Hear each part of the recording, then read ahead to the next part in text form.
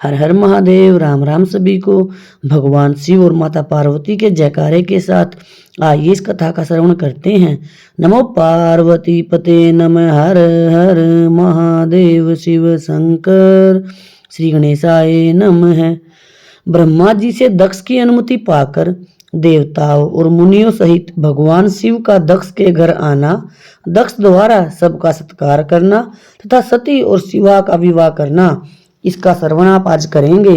ब्रह्मा जी कहते हैं, हे नारद, उसके पश्चात मैं हिमालय के कैलाश शिखर पर रहने वाले परमेश्वर महादेव शिव को लाने के लिए प्रसन्नता पूर्वक उनके पास गया और उनसे इस प्रकार बोला, वृषभध्वज, सती के लिए मेरे पुत्र दक्ष ने जो बात कही है उसे सुनिए और जिस कार्य को वे अपने लिए साध्य मानते थे उसे सिद्ध हुआ ही समझिए। दक्ष ने कहा कि मैं अपनी पुत्री भगवान शिव के ही हाथ में दूंगा, क्योंकि उन्हीं के लिए यह उत्पन्न हुई है।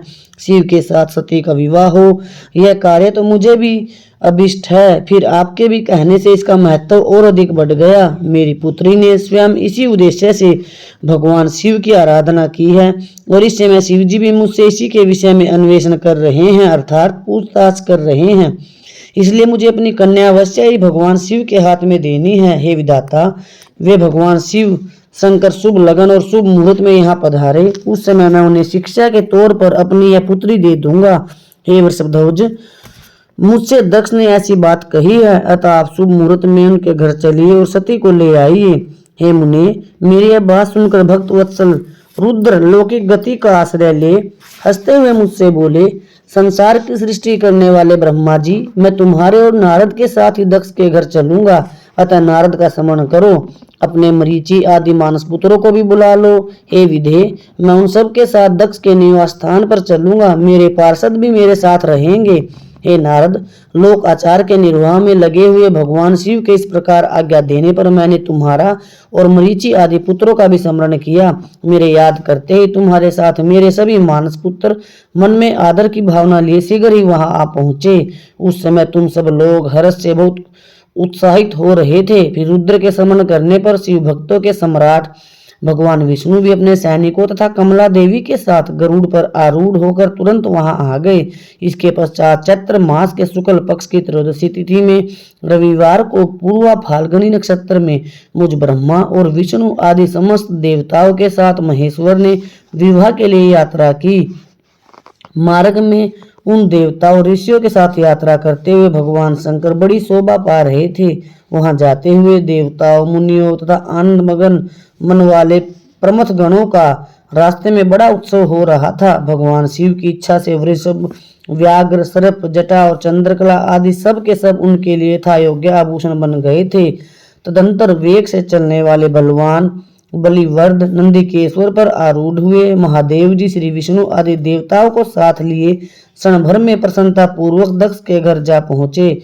वहां विनीत चित्त वाले प्रजापति दक्ष समस्त आत्मीय जनों के साथ भगवान शिव की अगवानी के लिए उनके सामने आए। उस समय उनके समस्त अंगों में हर्ष जनित रोमांच हो आया।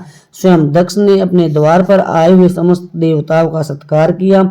वे सब लोग सुरश्रेष्ठ शिव को बिठाकर उनके पार्श्व भाग में स्वयं भी मुनियों के साथ क्रमशः बैठ गए। इसके बाद दक्ष ने मुनियों सहित समस्त देवताओं की परिक्रमा की तथा उनके साथ भगवान शिव को घर के भीतर ले आए। उस समय दक्ष के मन में बड़ी प्रसन्नता थी।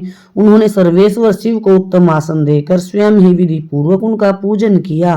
तत्पश्चात श्री विष्णु का, मेरा, ब्राह्मणों का, देवताओं का और समस्त शिव गणों का भी यथोचित विधि से उत्तम भक्ति भाव के साथ पूजन किया। इस तरह पूजनीय पुरुषों तथा अन्य लोगों सहित उन सब का यथोचित आदर सत्कार करके दक्ष ने मेरे मानस पुत्र मरीचि आदि मुनियों के साथ आवश्यक सलाह की। इसके बाद मेरे पुत्र दक्ष ने मुझ पिता से मेरे चरणों में प्रणाम करके प्रसन्नता पूर्वक कहा, हे प्रभु, आप ही वैवाहिक कार्य कराए। तब मैं भी हर्ष भरे हृदय से बहुत अच्छा कहकर उठा और वह सारा कार्य कराने लगा। इसके पश्चात ग्रहों के बल से युक्त शुभ लगन और मुहूर्त में दक्ष ने हर्ष पूर्वक अपनी पुत्री सती का हाथ भगवान शंकर के हाथ में दे दिया। उस समय हर्ष से भरे हुए भगवान वृषभध्वज ने भी वैवाहिक विधि से सुंदरी दक्ष कन्या का पाणी ग्रहण किया। फिर मैंने भी, श्री हरि ने, तुम तथा अन्य मुनियों ने, देवताओं और प्रमथ गणों ने भगवान शिव को प्रणाम किया और सबने अनेक प्रकार की स्तुतियों द्वारा उन्हें संतुष्ट किया। उस समय नाच गान के साथ महान उत्सव मनाया गया। समस्त देवता और मुनियों को बड़ा आनंद हुआ। भगवान शिव के लिए कन्यादान करके मेरे पुत्र दक्ष कृतार्थ हो गए। शिवा और शिव प्रसन्न हुए तथा सारा संसार मंगल का निकेतन बन गया। महादेव महादेव। सती और शिव के द्वारा अग्नि की परिक्रमा, श्री हरि द्वारा शिव तत्व का वर्णन, शिव का ब्रह्मा जी को दिए हुए वर के अनुसार वेदी पर सदा के लिए अवस्थान तथा शिव और सती का विदा हो कैलाश पर जाना, इसका श्रवण आप करेंगे। ब्रह्मा जी कहते हैं, हे नारद, कन्यादान करके दक्ष ने भगवान शंकर को अनेक प्रकार की वस्तुएं दहेज में दी। यह सब करके वे बड़े प्रसन्न हुए। फिर उन्होंने ब्राह्मणों को भी अनेक प्रकार के धन बांटे। इसके पश्चात लक्ष्मी सहित भगवान विष्णु शंभु के पास आ गए और हाथ जोड़कर खड़े हुए और यूं बोले, देवादिदेव महादेव, हे दया के सागर, हे प्रभु, हे तात, आप संपूर्ण जगत के पिता हैं और सती देवी सबकी माता है। आप दोनों सत्पुरुषों के कल्याण तथा दुष्टों के दमन के लिए सदा लीला पूर्वक अवतार ग्रहण करते हैं। यह सनातन श्रुति का कथन है। आप चिकने नील अंजन के समान शोभा वाली सती के साथ जिस प्रकार शोभा पा रहे हैं, मैं उससे उल्टे लक्ष्मी के साथ शोभा पा रहा हूँ, अर्थात सती नीलवर्णा तथा आप गौरवर्ण हैं। उससे उल्टे मैं नीलवर्ण तथा लक्ष्मी गौरवर्णा है। हे नारद, मैं देवी सती के पास आकर ग्रह सूत्रोक्त विधि से विस्तार पूर्वक सारा अग्नि कार्य कराने लगा। मुझ आचार्य तथा ब्राह्मणों की आज्ञा से शिवा और शिव ने बड़े हर्ष के साथ विधि पूर्वक अग्नि की परिक्रमा की। उस समय वहां बड़ा अद्भुत उत्सव मनाया गया। गाजे बाजे और नृत्य के साथ होने वाले वह उत्सव सबको बड़ा सुखद जान पड़ा। इसके पश्चात भगवान विष्णु बोले, हे सदाशिव, मैं आपकी आज्ञा से यहाँ शिव तत्व का वर्णन करता हूँ। समस्त देवता तथा दूसरे मुनि अपने मन को एकाग्र करके इस विषय को सुने। भगवान, आप प्रधान और अप्रधान, प्रकृति और उससे अतीत हैं। आपके अनेक भाग हैं, फिर भी आप भाग रहित हैं। ज्योतिर्मय स्वरूप वाले आप परमेश्वर ही हम तीनों देवता अंश हैं। आप कौन, मैं कौन और ब्रह्मा कौन? आप परमात्मा के ही ये तीन अंश हैं जो सृष्टि पालन और संहार करने के कारण एक दूसरे से भिन्न प्रतीत होते हैं। आप अपने स्वरूप का चिंतन कीजिए। आपने स्वयं ही लीला पूर्वक शरीर धारण किया है। आप निर्गुण ब्रह्म रूप से एक हैं। आप ही सगुण ब्रह्मा हैं और हम ब्रह्मा, विष्णु तथा रुद्र तीनों आपके अंश हैं। जैसे एक ही शरीर के भिन्न भिन्न अवयव, मस्तक, ग्रीवा आदि नाम धारण करते हैं तथापि उस शरीर से वे भिन्न नहीं हैं, उसी प्रकार हम तीनों अंश आप परमेश्वर के ही अंग हैं, जो ज्योतिर्मय आकाश के समान सर्वव्यापी एवं निर्लेप, स्वयं ही अपना धाम, पुराण, कूटस्थ, अव्यक्त, अनंत, नित्य तथा दीर्घ आदि विशेषणों से रहित निर्वेश ब्रह्मा हैं। वही आप शिव हैं, अतः आप ही सब कुछ हैं। ब्रह्मा जी कहते हैं, हे मुनीश्वर, भगवान विष्णु की यह बात सुनकर महादेव जी बड़े प्रसन्न हुए। इसके पश्चात उस विवाह यज्ञ के स्वामी यजमान परमेश्वर शिव प्रसन्न हो लौकी की गति का आश्रय ले हाथ जोड़कर खड़े हुए मुझ ब्रह्मा से प्रेम पूर्वक बोले। शिव ने कहा, ब्रह्मा, आपने सारा वैवाहिक कार्य अच्छी तरह संपन्न करा दिया। अब मैं प्रसन्न हूँ। आप मेरे आचार्य हैं, बताइए आपको क्या दक्षिणा दूं? सूर्यज्येष्ठ, आप उस दक्षिणा को मांगिए। हे महाभाग, यदि वह अत्यंत दुर्लभ हो तो भी उसे शीघ्र कहिए। मुझे आपके लिए कुछ भी अदेय नहीं है। हे मुनि, भगवान शंकर का यह वचन सुनकर मैं हाथ जोड़ विनीत चित्त से उन्हें बारंबार प्रणाम करके बोला, हे देवेश, यदि आप प्रसन्न हो और महेश्वर, यदि मैं वर पाने के योग्य हूँ तो प्रसन्नता पूर्वक जो बात कहता हूँ उसे आप पूर्ण कीजिए। हे महादेव, आप इसी रूप में मेरी यह बात उनकी आत्मा को सुख देने वाली थी। इसे सुनकर भगवान शिव ने प्रसन्न चित्त से कहा, हे विधात, ऐसा ही होगा। मैं तुम्हारे कहने से संपूर्ण जगत के हित के लिए अपनी पत्नी सती के साथ इस वेदी पर सुस्थिर भाव से स्थित रहूंगा। ऐसा कहकर पत्नी सहित भगवान शिव अपनी अंश रूपिणी मूर्ति को प्रकट करके वेदी के मध्य भाग में विराज हो गए। तत्पश्चात सब जनों पर स्नेह रखने वाले परमेश्वर शंकर दक्ष से विदा ले अपनी पत्नी सती के साथ कैलाश जाने को तैयार हुए। उस समय उत्तम बुद्धि वाले दक्ष ने विनय से मस्तक झुका हाथ जोड़ भगवान वृषभध्वज को प्रेम पूर्वक स्तुति की। फिर श्री विष्णु आदि समस्त देवताओं, मुनियों और शिवगणों ने नमस्कार पूर्वक नाना प्रकार की स्तुति करके बड़े आनंद से जय जयकार किया। इसके पश्चात दक्ष की आज्ञा से भगवान शिव ने प्रसन्नता पूर्वक सती को वृषभ की पीठ पर बैठाया और स्वयं भी उस पर आरूढ़ हो वे प्रभु हिमालय पर्वत की ओर चले। भगवान शंकर के समीप वृषभ पर बैठी हुई सुंदर दांत और मनोहर हास वाली सती अपने नील श्याम वर्ण के कारण चंद्रमा में नीली रेखा के समान शोभा पा रही थी। उस समय उन नवदंपति की शोभा देख श्री विष्णु आदि समस्त देवता, मरीचि आदि महर्षि तथा दूसरे लोग ठगे से रह गए, हिलडुल भी न सके तथा दक्ष भी मोहित हो गए। तत्पश्चात कोई बाजे बजाने लगा और दूसरे लोग मधुर स्वर से गीत गाने लगे। कितने ही लोग प्रसन्नता पूर्वक शिव के कल्याण में उज्ज्वल यश का गान करते हुए उनके पीछे पीछे चले। भगवान शंकर ने बीच रास्ते से दक्ष को प्रसन्नता पूर्वक लौटा दिया और स्वयं प्रेम आकुल हो प्रमथ गणों के साथ अपने धाम को जा पहुँचे। यद्यपि भगवान शिव ने विष्णु आदि देवताओं को भी विदा कर दिया था, तो भी वे बड़ी प्रसन्नता और भक्ति के साथ पुनः उनके साथ हो लिए। उन सब देवताओं, प्रमथ गणों तथा अपनी पत्नी सती के साथ हर्ष भरे शंभु हिमालय पर्वत से सुशोभित अपने कैलाश धाम में जा पहुँचे। वहां जाकर उन्होंने देवताओं, मुनियों तथा दूसरे लोगों का बहुत आदर सत्कार करके उन्हें प्रसन्नता पूर्वक विदा किया। भगवान शंभु की आज्ञा ले वे विष्णु आदि सब देवता तथा मुनि नमस्कार और स्तुति करके मुख पर प्रसन्नता की छाप लिए अपने अपने धाम को चले गए।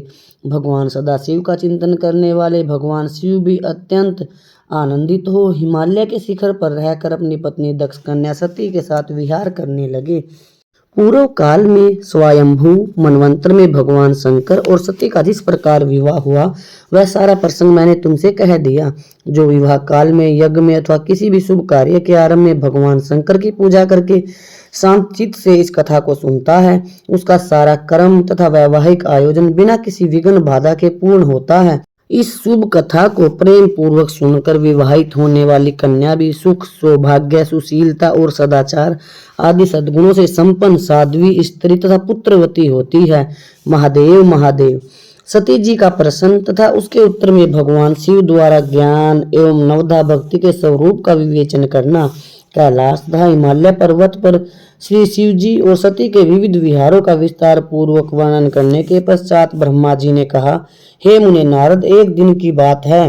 देवी सती एकांत में भगवान शंकर से मिली और उन्हें भक्ति पूर्वक प्रणाम करके दोनों हाथ जोड़ खड़ी हो गई। प्रभु शंकर को पूर्ण प्रसन्न जानकर नमस्कार करते हुए विनीत भाव से खड़ी हुई दक्ष कुमारी सती भक्ति भाव से अंजलि बांधे बोली, हे महादेव, हे देवादिदेव, हे करुणा के सागर, हे प्रभु, हे दीनों का उद्धार करने वाले, हे महायोगिन, मुझ पर कृपा कीजिए। आप परम पुरुष हैं, सबके स्वामी हैं, रजोगुण, सतोगुण और तमोगुण से परे हैं और निर्गुण भी हैं, सगुण भी हैं, सबके साक्षी, निर्विकार और महाप्रभु हैं।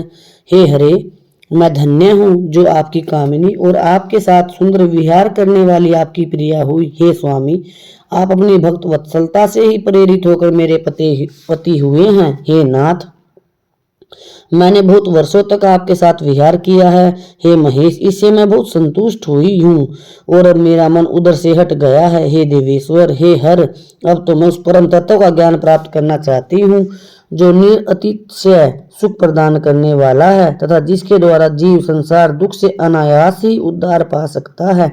हे नाथ, जिस कर्म का अनुष्ठान करके विषयी जीव भी परम पद को प्राप्त कर ले और संसार बंधन में न बंधे, उसे आप बताइए, मुझ पर कृपा कीजिए। ब्रह्मा जी कहते हैं, हे मुने, इस प्रकार आदिशक्ति महेश्वरी सती ने केवल जीवों के उद्धार के लिए उत्तम भक्ति भाव के साथ भगवान शंकर से प्रसन्न किया।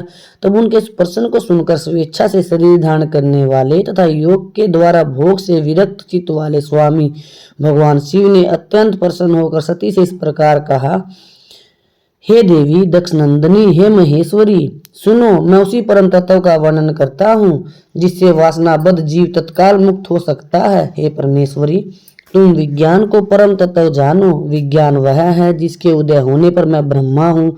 ऐसा वह विज्ञान दुर्लभ है, इस त्रिलोकी में उसका ज्ञाता कोई विरला ही होता है। वह जो और भी जैसा भी है सदा मेरा स्वरूप ही है, साक्षात्कार पर ब्रह्मा है, उस विज्ञान की माता है। मेरी भक्ति जो भोग और मोक्ष रूप फल प्रदान करने वाली है वह मेरी कृपा से सुलभ होती है। भक्ति 9 प्रकार की बताई गई है। हे सती, भक्ति और ज्ञान में कोई भेद नहीं है।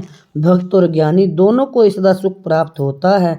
जो भक्ति का विरोधी है उसे ज्ञान की प्राप्ति नहीं होती। हे देवी, मैं सदा भक्त के अधीन रहता हूँ और भक्ति के प्रभाव से जातिहीन नीच मनुष्यों के घेरे में भी चला जाता हूँ, इसमें संशय नहीं है। हे सती, वह भक्ति दो प्रकार की है, सगुणा और निर्गुणा। जो वैधि शास्त्र विधि से प्रेरित और स्वभाव की हृदय के सहज अनुराग से प्रेरित भक्ति होती है वह श्रेष्ठ है, तथा इससे भिन्न जो कामना मूलक भक्ति होती है वह निम्न कोटि की मानी गई है।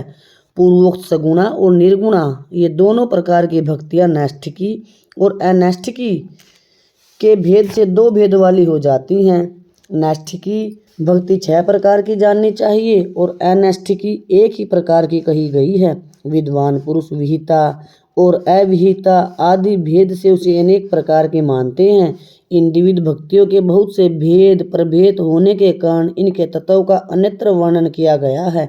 हे प्रिय, मुनियों ने सगुणा और निर्गुणा दोनों भक्तियों के 9 अंग बताए हैं। हे दक्ष नंदिनी, मैं उन 9 अंगों का वर्णन करता हूँ, तुम प्रेम से सुनो। हे देवी, श्रवण, कीर्तन, स्मरण, सेवन, दास्य, अर्चन, सदा मेरा वंदन, सख्य और आत्मसमर्पण ये विद्वानों ने भक्ति के 9 अंग माने हैं। हे शिवे, भक्ति के उपांग भी बहुत से बताए गए हैं। हे देवी, अब तुम मन लगाकर मेरी भक्ति के पूर्वोक्त 9 अंगों के अलग अलग लक्षण सुनो। वे लक्षण भोग तथा मोक्ष प्रदान करने वाले हैं। जो स्थिर आसन से बैठकर तन मन आदि से मेरी कथा कीर्तन आदि का नित्य सम्मान करता हुआ प्रसन्नता पूर्वक अपने कानों से उसके अमृत का रस पान करता है, उसके इस साधन को शरण कहते हैं। जो हृदय आकाश के द्वारा मेरे दिव्य जन्म कर्मों का चिंतन करता हुआ प्रेम से वाणी द्वारा उनका उत्सवर से उच्चारण करता है, उसके इस भजन साधन को कीर्तन कहते हैं। हे देवी, मुझ नित्य महेश्वर को सदा और सर्वत्र व्यापक जानकर जो संसार में निरंतर निर्भय रहता है उसी को स्मरण कहा गया है। अरुणोदय से लेकर हर समय सेव्य की अनुकूलता का ध्यान रखते हुए हृदय और इंद्रियों से जो निरंतर सेवा की जाती है वही सेवन नामक भक्ति है। अपने को प्रभु का किंकर समझकर हृदय अमृत के भोग से स्वामी का सदा प्रिय संपादन करना दास्य कहा गया है। अपने धन वैभव के अनुसार शास्त्रीय विधि से मुझ परमात्मा को सदा पाद आदि 16 उपचारों का जो समर्पण करना है उसे अर्चन कहते हैं। मन से, ध्यान से और वाणी से वंदनात्मक मंत्रों के उच्चारण पूर्वक 8 अंगों से भूतल का स्पर्श करते हुए जो इष्ट देव को नमस्कार किया जाता है उसे वंदन कहते हैं। ईश्वर मंगल या अमंगल जो कुछ भी करता है वह सब मेरे मंगल के लिए ही है, ऐसा दृढ़ विश्वास रखना सख्य भक्ति का लक्षण है। देह आदि जो कुछ भी अपनी कही जाने वाली जो भोग और मोक्ष प्रदान करने वाले हैं इनसे ज्ञान का प्राकट्य होता है तथा ये सब साधन मुझे अत्यंत प्रिय हैं। मेरी भक्ति के बहुत से उपांग भी कहे गए हैं, जैसे बिल्व आदि का सेवन आदि, इनको विचार से समझ लेना चाहिए। हे प्रिय, इस प्रकार मेरी सांगोपांग भक्ति सबसे उत्तम है। यह ज्ञान वैराग्य की जननी है, मुक्ति इसकी दासी है। यह सदा सब साधनों से ऊपर विराजमान है, इसके द्वारा संपूर्ण कर्मों के फल की प्राप्ति होती है। यह भक्ति मुझे सदा तुम्हारे समान ही प्रिय होती है। जिसके चित्त में नित्य निरंतर यह भक्ति निवास करती है वह साधक मुझे अत्यंत प्यारा है। हे देवीश्वरी, तीनों लोकों और चारों युगों में भक्ति के समान दूसरा कोई सुखदायक मार्ग नहीं है। कलयुग में तो यह विशेष सुखद एवं सुविधाजनक है। हे देवी, कलयुग में प्रायः ज्ञान और वैराग्य के कोई ग्राहक नहीं हैं, इसलिए वे दोनों वृद्ध उत्साह शून्य और जर्जर हो गए हैं। परंतु भक्ति कलयुग में तथा अन्य सब युगों में भी प्रत्यक्ष फल देने वाली है। भक्ति के प्रभाव से मैं सदा उसके वश में रहता हूँ, इसमें संशय नहीं है। संसार में जो भक्तिमान पुरुष हैं उनकी मैं सदा सहायता करता हूँ, उसके सारे विघ्नों को दूर हटाता हूँ। उस भक्त का जो शत्रु होता है वह मेरे लिए दंडनीय है, इसमें संदेह नहीं है। यह सत्य है, सत्य है। हे देवी, मैं अपने भक्तों का रक्षक हूँ। भक्त की रक्षा के लिए ही मैंने कुपित हो अपने नेत्र जनित अग्नि से काल को भी जला डाला था। हे प्रिय, भक्त के लिए मैं पूर्व काल में सूर्य पर भी अत्यंत क्रुद्ध हो उठा था। शूल लेकर मैंने उन्हें मार भगाया था। हे देवी, भक्त के लिए मैंने सैन्य सहित रावण को भी क्रोधपूर्वक त्याग दिया और उसके प्रति कोई पक्षपात नहीं किया। हे सती, हे देवेश्वरी, बहुत कहने से क्या लाभ। मैं सदा ही भक्त के अधीन रहता हूँ और भक्ति करने वाले पुरुष के अत्यंत वश में हो जाता हूँ। ब्रह्मा जी कहते हैं, हे नारद, इस प्रकार भक्त का महत्व सुनकर दक्ष कन्या सती को बड़ा हर्ष हुआ। उन्होंने अत्यंत प्रसन्नता पूर्वक भगवान शिव को मन ही मन प्रणाम किया। हे मुने, सती देवी ने पुनः भक्ति कांड विषयक शास्त्र के विषय में भक्ति पूर्वक पूछा। उन्होंने जिज्ञासा की कि जो लोक में सुखदायक तथा जीवों के उद्धार के साधनों का प्रतिपादक है, वह शास्त्र कौन सा है। उन्होंने यंत्र मंत्र शास्त्र, उसके महात्म्य तथा अन्य जीवों के उद्धारक धर्ममय साधनों के विषय में विशेष रूप से जानने की इच्छा प्रकट की। सती के इस प्रश्न को सुनकर शंकर जी के मन में बड़ी प्रसन्नता हुई। उन्होंने जीवों के उद्धार के लिए सब शास्त्रों का प्रेम पूर्वक वर्णन किया। महेश्वर ने पांचों अंगों सहित तन शास्त्र, यंत्र शास्त्र तथा भिन्न भिन्न देवेश्वरों की महिमा का वर्णन किया। हे मुनीश्वर, इतिहास कथा सहित उन देवताओं के भक्तों की महिमा का, वर्णाश्रम धर्मों का तथा राजधर्मों का भी निरूपण किया। पुत्र और स्त्री के धर्म की महिमा का, कभी नष्ट न होने वाले वर्णाश्रम धर्म का और जीवों को सुख देने वाले वैदिक शास्त्र तथा ज्योतिष शास्त्र का भी वर्णन किया। महेश्वर ने कृपा करके उत्तम सामुद्रिक शास्त्र तथा और भी बहुत से शास्त्रों का तत्वतः वर्णन किया। इस प्रकार लोक उपकार करने के लिए सद्गुण संपन्न शरीर धारण करने वाले त्रिलोक सुखदायक और सर्वज्ञ सती शिव हिमालय के कैलाश शिखर पर तथा अन्य स्थानों में नाना प्रकार की लीलाएं करते थे। वे दोनों दंपति साक्षात पर ब्रह्मा स्वरूप हैं। महादेव महादेव। दंडकारण्य में शिव को श्री राम के प्रति मस्तक झुकाता देखकर माता सती का मोह तथा शिव जी की आज्ञा से उनके द्वारा श्री राम की परीक्षा लेना। नारद जी बोले, हे ब्रह्मा, हे विधे, हे प्रजानाथ, हे महाप्राज्ञ, हे दयानिधि, आपने भगवान शंकर तथा देवी सती के मंगलकारी सुयश का श्रवण कराया है। अब इस समय पुनः प्रेम पूर्वक उनके उत्तम सुयश का वर्णन कीजिए। उन शिव दंपति ने वहां रहकर कौन सा चरित्र किया था। ब्रह्मा जी ने कहा, हे मुने, तुम मुझसे सती और शिव के चरित्र का प्रेम से श्रवण करो। वे दोनों दंपति वहां लोक की गति का आश्रय ले नित्य निरंतर क्रीड़ा किया करते थे। तदंतर महादेवी सती को अपने पति शंकर का वियोग प्राप्त हुआ, ऐसा कुछ श्रेष्ठ बुद्धि वाले विद्वानों का कथन है। परंतु हे मुने, वास्तव में उन दोनों का परस्पर वियोग कैसे हो सकता है, क्योंकि वे दोनों वाणी और अर्थ के समान एक दूसरे से सदा मिले जुले हैं, शक्ति और शक्तिमान हैं तथा चित स्वरूप हैं। फिर भी उनमें लीला विषयक रुचि होने के कारण वह सब कुछ संगठित हो सकता है। सती और शिव यद्यपि ईश्वर हैं, तो भी लौकिक रीति का अनुसरण करके वे जो जो लीलाएं करते हैं, वे सब संभव हैं। दक्ष कन्या सती ने जब देखा कि मेरे पति ने मुझे त्याग दिया है, तब वे अपने पिता दक्ष के यज्ञ में गई और वहां भगवान शंकर का अनादर देख उन्होंने अपने शरीर को त्याग दिया।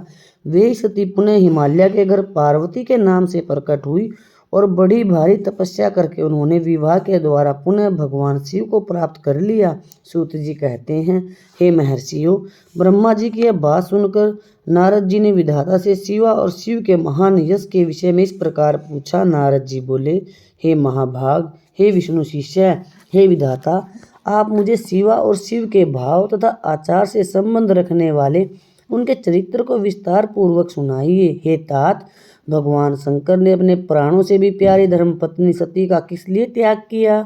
यह घटना तो मुझे बड़ी विचित्र जान पड़ती है, अतः इसे आप कहिए। आज आपके पुत्र दक्ष के यज्ञ में भगवान शिव का अनादर कैसे हुआ और वहां पिता के यज्ञ में जाकर सती ने अपने शरीर का त्याग किस प्रकार किया? उसके बाद वहां क्या हुआ? भगवान महेश्वर ने क्या किया? ये सब बातें मुझसे कहिए, इन्हें सुनने के लिए मेरे मन में बड़ी श्रद्धा है। ब्रह्मा जी ने कहा, हे मेरे पुत्रों में श्रेष्ठ नारद, हे महाप्रज्ञ, तुम महर्षियों के साथ बड़े प्रेम से भगवान चंद्रमौली का यह चरित्र सुनो। श्री विष्णु आदि देवताओं से सेवित पर ब्रह्मा महेश्वर को नमस्कार करके मैं उनके महान अद्भुत चरित्र का वर्णन आरंभ करता हूँ। हे मुने, यह सब भगवान शिव की लीला ही है। वे प्रभु अनेक प्रकार की लीला करने वाले, स्वतंत्र और निर्विकार हैं। देवी सती भी वैसी ही है, अन्यथा वैसा कर्म करने में कौन समर्थ हो सकता है। हे परमेश्वर, परमेश्वर शिव ही पर ब्रह्मा परमात्मा हैं। एक समय की बात है, तीनों लोकों में विचरने वाले लीला विशारद भगवान रुद्र सती के साथ बैल पर चढ़कर इस पृथ्वी पर भ्रमण कर रहे थे। घूमते घूमते वे दंडकारण्य में आए। वहां उन्होंने लक्ष्मण सहित भगवान श्री राम को देखा, जो रावण द्वारा छल पूर्वक हरी गई अपनी पत्नी सीता की खोज कर रहे थे। वे हा सीते ऐसा उच्च स्वर से पुकारते, जहां तहां देखते और बारंबार रोते थे। उनके मन में विरह का आवेश छा गया था।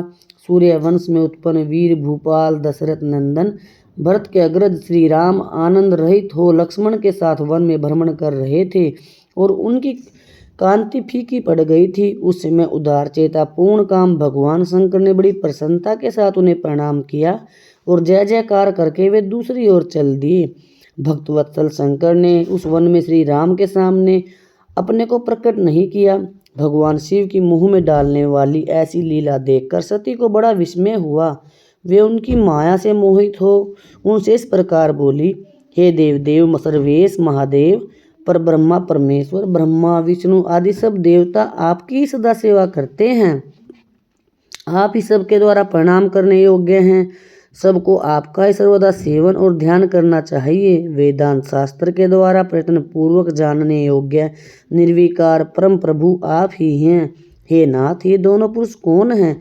इनकी आकृति विरह व्यथा से व्याकुल दिखाई देती है। ये दोनों धनुर्धर वीर वन में विचरते हुए कलेश के भागी और दीन हो रहे हैं। इनमें जो ज्येष्ठ है उसकी अंग कांति नीलकमल के समान। ये दोनों भाई वीरों द्वारा सम्मानित हैं। इनके नाम है श्री राम और लक्ष्मण। इनका प्राकट्य सूर्य वंश में हुआ है। ये दोनों राजा दशरथ के विद्वान पुत्र हैं। इनमें जो गोरे रंग के छोटे बंधु हैं वे साक्षात शेष के अंश हैं। उनका नाम लक्ष्मण है। इनके बड़े भैया का नाम श्री राम है। इनके रूप में भगवान विष्णु ही अपने संपूर्ण अंश से प्रकट हुए हैं।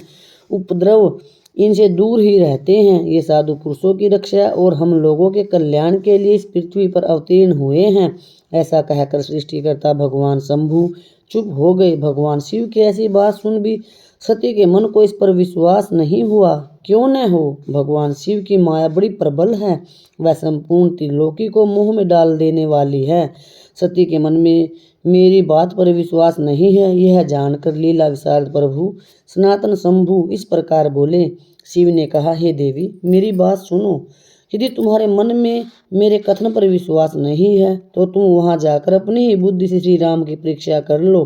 प्यारी सती, जिस प्रकार तुम्हारा मोह या भ्रम नष्ट हो जाए वह करो। तुम वहां जाकर परीक्षा करो।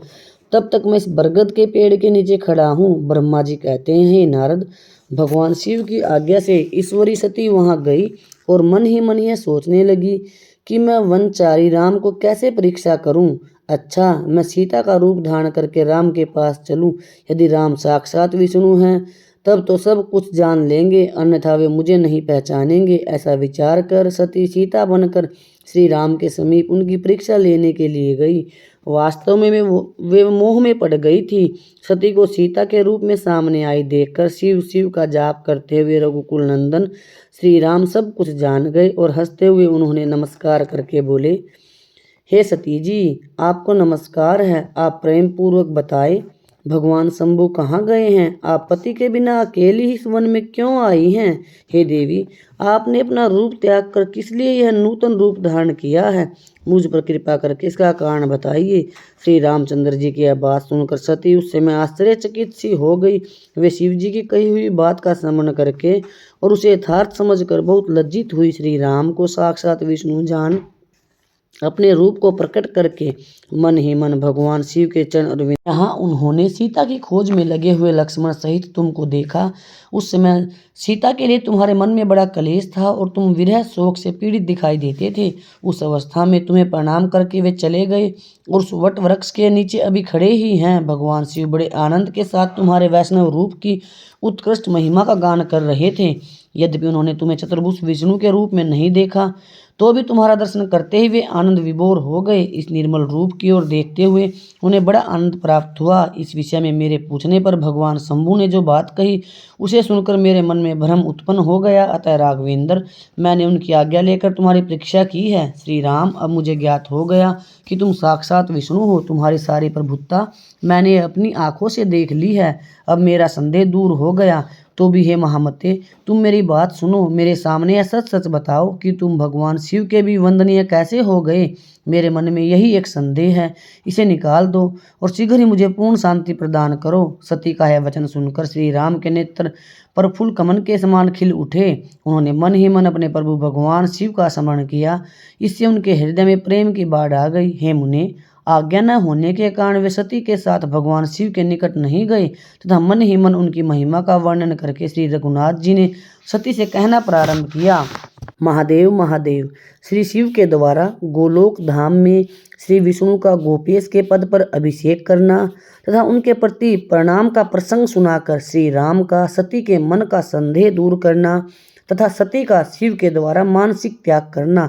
श्री राम बोले, हे देवी, प्राचीन काल में एक समय भगवान शंभु ने अपने प्रातपर धाम में विश्वकर्मा को बुलाकर उनके द्वारा अपनी गौशाला में एक रमणीय भवन बनवाया जो बहुत ही बड़ा था।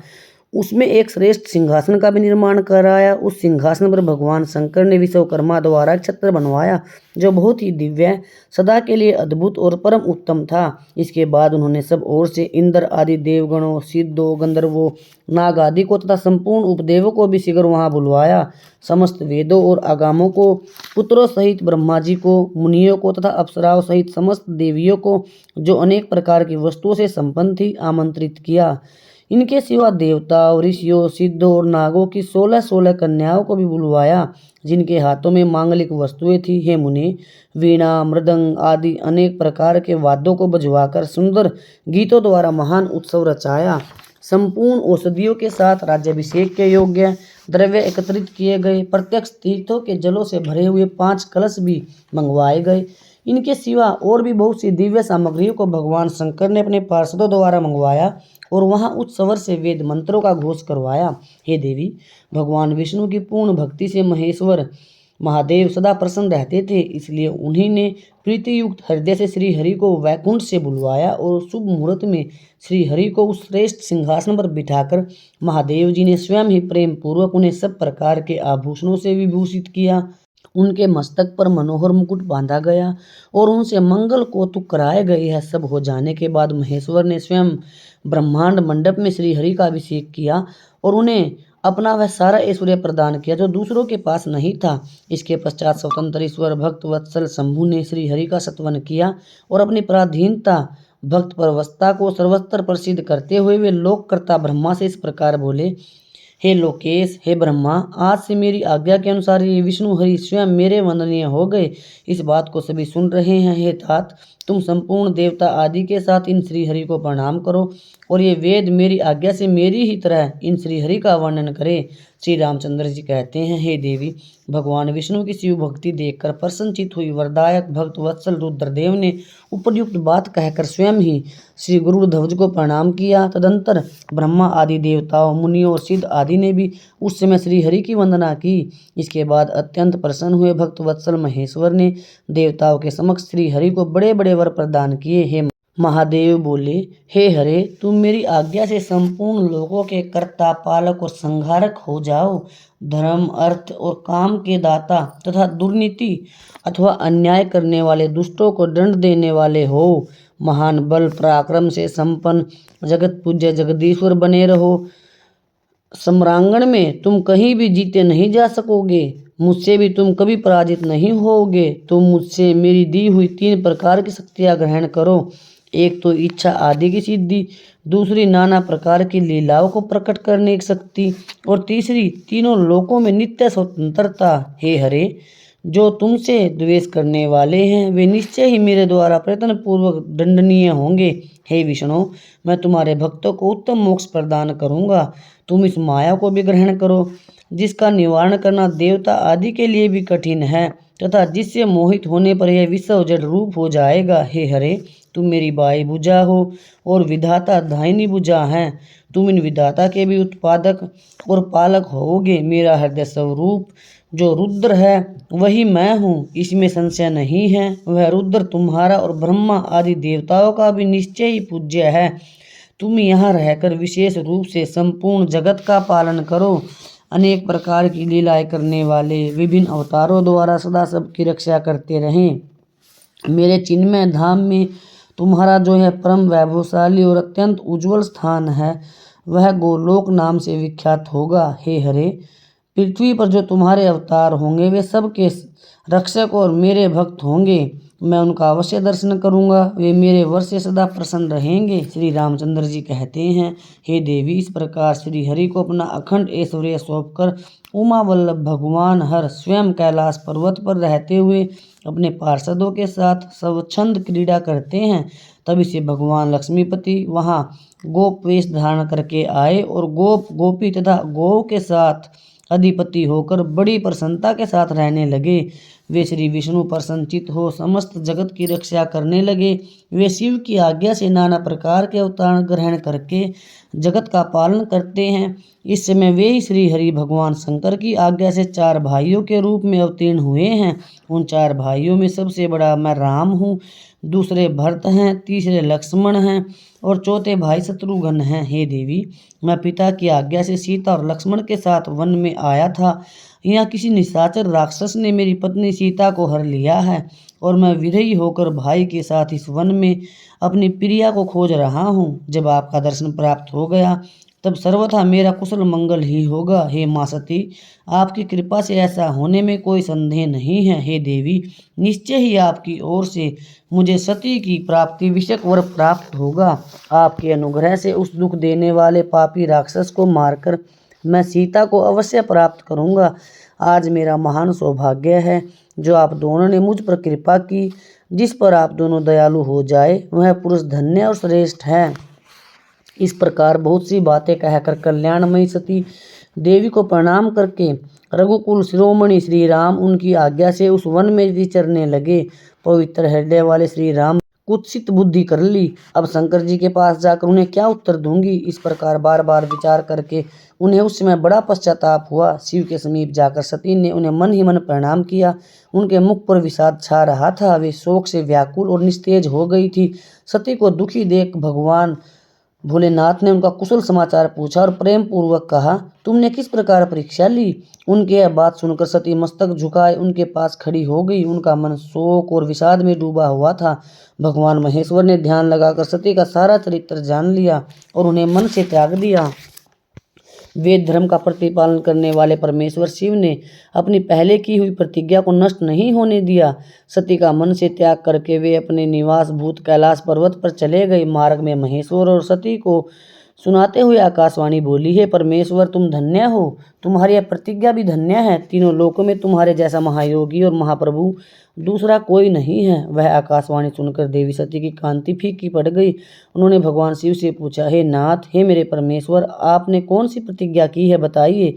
सती के इस प्रकार पूछने पर भी उनका हित चाहने वाले प्रभु ने पहले अपने विवाह के विषय में भगवान विष्णु के सामने जो प्रतिज्ञा की थी उसे नहीं बताया। हे मुने, उस समय सती ने अपने प्राण वल्लभ पति भगवान शिव का ध्यान करके उन समस्त कारण को जान लिया जिससे उनके प्रीतम ने उन्हें त्याग दिया था। शंभु ने मेरा त्याग कर दिया। इस बात को जानकर दक्ष कन्या सती शीघ्र ही अत्यंत शोक में डूब गई और बारंबार सिसकने लगी। सती के मनोभाव को जानकर भगवान शिव ने उनके लिए जो प्रतिज्ञा की थी उसे गुप्त ही रखा। वे दूसरी बहुत सी कथाएं कहने लगे। अनेक प्रकार की कथाएं कहते हुए वे सती के साथ कैलाश पर जा पहुँचे और श्रेष्ठ आसन पर स्थित हों चित्तवृत्तियों के निरोध पूर्वक समाधि लगा अपने स्वरूप का ध्यान करने लगे। सती मन में अत्यंत विषाद ले उसने अपने उस धाम में रहने लगी। हे मुने, शिव और शिव के उस चरित्र को कोई नहीं जानता था। हे महामुने, स्वेच्छा से शरीर धारण करके लीला करने के लिए उन दोनों प्रभुओं का इस प्रकार वहां रहते हुए दीर्घ काल तक व्यतीत हो गया। उसके पश्चात उत्तम लीला करने वाले महादेव जी ने ध्यान तोड़ा। यह जानकर जगदम्बा सती वहां आई और उन्होंने व्यथित हृदय से शिव के चरणों में प्रणाम किया। उदार चेता शंभु ने उन्हें अपने सामने बैठने के लिए आसन दिया और बड़े प्रेम से बहुत सी मनोरम कथाएं कही। उन्होंने वैसे ही लीला करके सती के शोक को तत्काल दूर कर दिया। वे पहले की तरह सुखी हो गई। फिर भी शिव ने अपनी प्रतिज्ञा को नहीं छोड़ा। हे तात, परमेश्वर शिव के विषय में यह कोई आश्चर्य की बात नहीं समझनी चाहिए। हे मुनि लोग शिवा और शिव की ऐसी ही कथा कहते हैं। कुछ मनुष्य उन दोनों में वियोग मानते हैं, परंतु उनमें वियोग कैसे संभव है? शिव और शिव के चरित्र को वास्तविक रूप से कौन जानता है? वे दोनों सदा अपनी इच्छा से खेलते और भांति भांति की लीलाएं करते। महादेव महादेव। प्रयाग में समस्त महात्मा मुनियों द्वारा किए गए यज्ञ में दक्ष का भगवान शिव को तिरस्कार पूर्वक श्राप देना तथा नंदी द्वारा ब्राह्मण कुल को श्राप प्रदान करना, भगवान शिव का नंदी को शांत करना। ब्रह्मा जी कहते हैं, हे नारद, पूर्व काल में समस्त महात्मा मुनि प्रयाग में एकत्रित हुए थे। वहाँ सम्मिलित हुए उन सब महात्माओं का विधि विधान से एक बहुत बड़ा यज्ञ हुआ। उस यज्ञ में सनकादिक सिद्धगण, देवर्षि, प्रजापति, देवता तथा ब्रह्मा का साक्षात्कार करने वाले ज्ञानी भी पधारे थे। मैं भी मूर्तिमान महातेजस्वी निगमों और आगमों से युक्त हो सपरिवार वहाँ गया था। अनेक प्रकार के उत्सवों के साथ वहाँ उनका विचित्र समाज जुटा था। अनेक प्रकार के शास्त्रों के संबंध में ज्ञान चर्चा एवं वाद विवाद हो रहे थे। हे मुने, उसी अवसर पर सती तथा पार्षदों के साथ त्रिलोक हितकारी सृष्टिकर्ता एवं सबके स्वामी भगवान रुद्र भी वहाँ पहुँचे। भगवान शिव को आया देख संपूर्ण देवताओं, सिद्धों तथा मुनियों और मैंने भी भक्ति भाव से उन्हें प्रणाम किया और उनकी स्तुति की। फिर शिव की आज्ञा पाकर सब लोग प्रसन्नता पूर्वक यथा स्थान पर बैठ गए। भगवान का दर्शन पाकर सब लोग संतुष्ट थे और अपने सौभाग्य की सराहना करते थे। इसी बीच में प्रजापतियों के भी पति प्रभु दक्ष, जो बड़े तेजस्वी थे, अचानक घूमते हुए प्रसन्नता पूर्वक वहां आए। वे मुझे प्रणाम करके मेरी आज्ञा ले वहां बैठे। दक्ष उन दिनों समस्त ब्रह्मांड के अधिपति बनाए गए थे, इसलिए सबके द्वारा सम्माननीय थे, परंतु अपने इस गौरव पूर्ण पद को लेकर उनके मन में बड़ा अहंकार था, क्योंकि वे तत्व ज्ञान से शून्य थे। उस समय समस्त देव ऋषियों ने नतमस्तक हो स्तुति और प्रणाम के द्वारा दोनों हाथ जोड़कर उत्तम तेजस्वी दक्ष का आदर सत्कार किया। परंतु जो नाना प्रकार के लीला विहार करने वाले सबके स्वामी और उत्कृष्ट लीलाकारी स्वतंत्र परमेश्वर है, उन महेश्वर ने उस समय दक्ष को मस्तक नहीं झुकाया। वे अपने आसन पर बैठे ही रहे, खड़े होकर दक्ष का स्वागत नहीं किया। महादेव जी को वहां मस्तक झुकाते न देख मेरे पुत्र प्रजापति दक्ष मन ही मन अप्रसन्न हो गए। उन्हें रुद्र पर सहसा क्रोध हो आया। वे ज्ञान शून्य तथा महान अहंकारी होने के कारण महाप्रभु रुद्र को क्रूर दृष्टि से देखकर सबको सुनाते हुए उत्सव से कहने लगे, ये सब देवता, असुर, श्रेष्ठ ब्राह्मण तथा ऋषि मुझे विशेष रूप से मस्तक झुकाते हैं, परंतु वह जो प्रेत और पिशाचों से घिरा हुआ महामनस्वी बनकर बैठा है, वह दुष्ट मनुष्य के समान क्यों मुझे प्रणाम नहीं करता? शमशान में निवास करने वाला यह निर्लज जो मुझे इस समय प्रणाम नहीं करता, इसका क्या कारण है? इसके वेदोक्त कर्म लुप्त हो गए हैं। यह भूतों और पिशाचों से सेवित हो मतवाला बना फिरता है और शास्त्रीय विधि की अवहेलना करके नीति मार्ग को सदा कलंकित किया करता है। इसके साथ रहने वाले या इसका अनुसरण करने वाले लोग पाखंडी, दुष्ट, पापाचारी तथा ब्राह्मण को देखकर उदंडता पूर्वक उसकी निंदा करने वाले होते हैं। यह स्वयं ही स्त्री में आसक्त रहने वाला तथा रति कर्म में ही दक्ष है, अतः मैं हिसाब देने को तैयार हुआ हूँ। यह रुद्र चारों वर्णों से पृथक और कुरूप है, इसे यज्ञ से बहिष्कृत कर दिया जाए। यह शमशान में निवास करने वाला तथा उत्तम कुल और जन्म से हीन है, इसलिए देवताओं के साथ यह यज्ञ में भाग न पाए। ब्रह्मा जी कहते हैं, नारद, दक्ष की कही हुई यह बात सुनकर भृगु आदि बहुत से महर्षि रुद्रदेव को दुष्ट मानकर देवताओं के साथ उनकी निंदा करने लगे। दक्ष की बात सुनकर नंदी को बड़ा क्रोध आया, उनके नेत्र चंचल हो उठे और वे दक्ष को श्राप देने के विचार से तुरंत इस प्रकार बोले।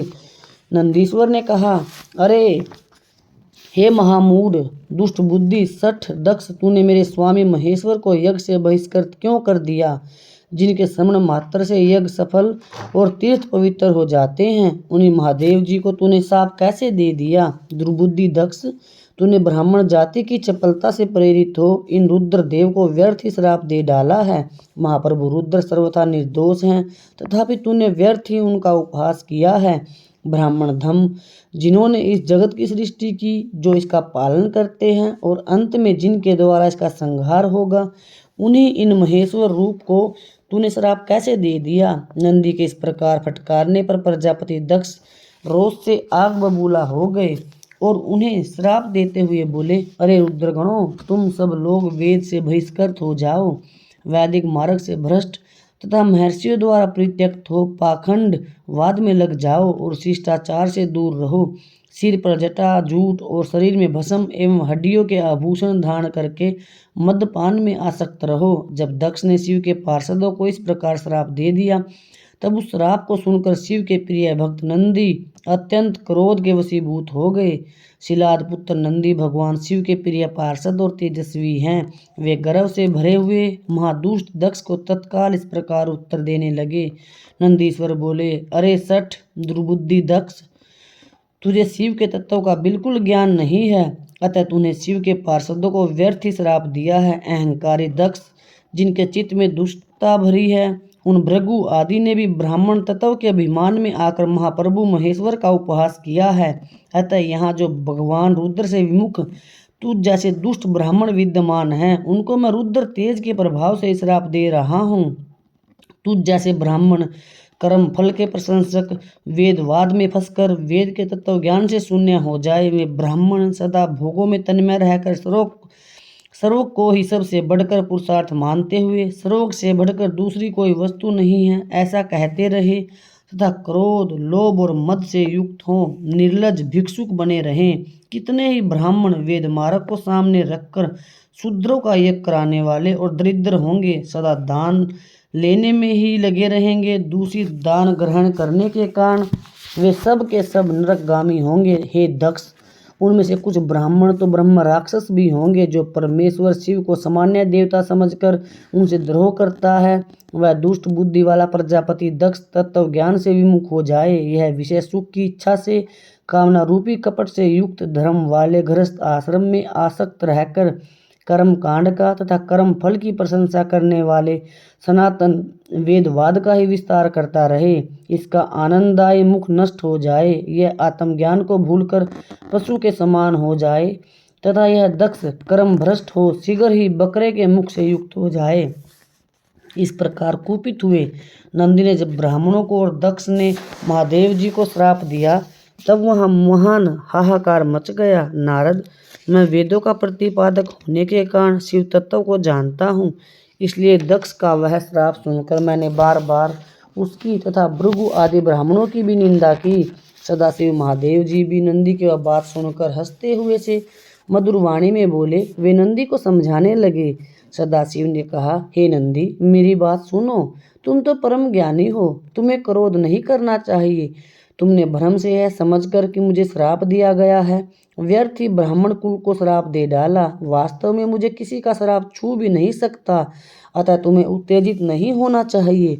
वेद मंत्राक्षर में और सूक्त में हैं, उसके प्रत्येक सूक्त में समस्त देहधारियों के आत्मा परमात्मा प्रतिष्ठित है, अतः उन मंत्रों के ज्ञाता नित्य आत्मवेता हैं। इसलिए तुम क्रोधवश उन्हें श्राप न दो। किसी की बुद्धि कितनी ही दूषित क्यों न हो, वह कभी वेदों को श्राप नहीं दे सकता। इस समय मुझे श्राप नहीं मिला है, इस बात को तुम्हें ठीक ठीक समझना चाहिए। हे महामते, तुम सनकादिक सिद्धों को भी तत्व ज्ञान का उपदेश देने वाले हो, अतः शांत हो जाओ। मैं ही यज्ञ हूँ, मैं ही यज्ञ कर्म हूँ, यज्ञों के अंगभूत समस्त उपकरण भी मैं ही हूँ।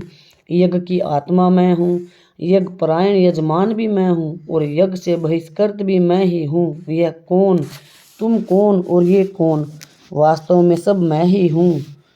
तुम अपनी बुद्धि से इस बात का विचार करो। तुमने ब्राह्मणों को व्यर्थ ही श्राप दिया है। हे महामते नंदी, तुम तत्व ज्ञान के द्वारा प्रपंच रचना का बाध करके आत्मनिष्ठ ज्ञानी एवं क्रोध आदि से शून्य हो जाओ। ब्रह्मा जी कहते हैं, हे नारद, भगवान शंभु के इस प्रकार समझाने पर नंदिकेश्वर विवेक परायण हो क्रोध रहित एवं शांत हो गए।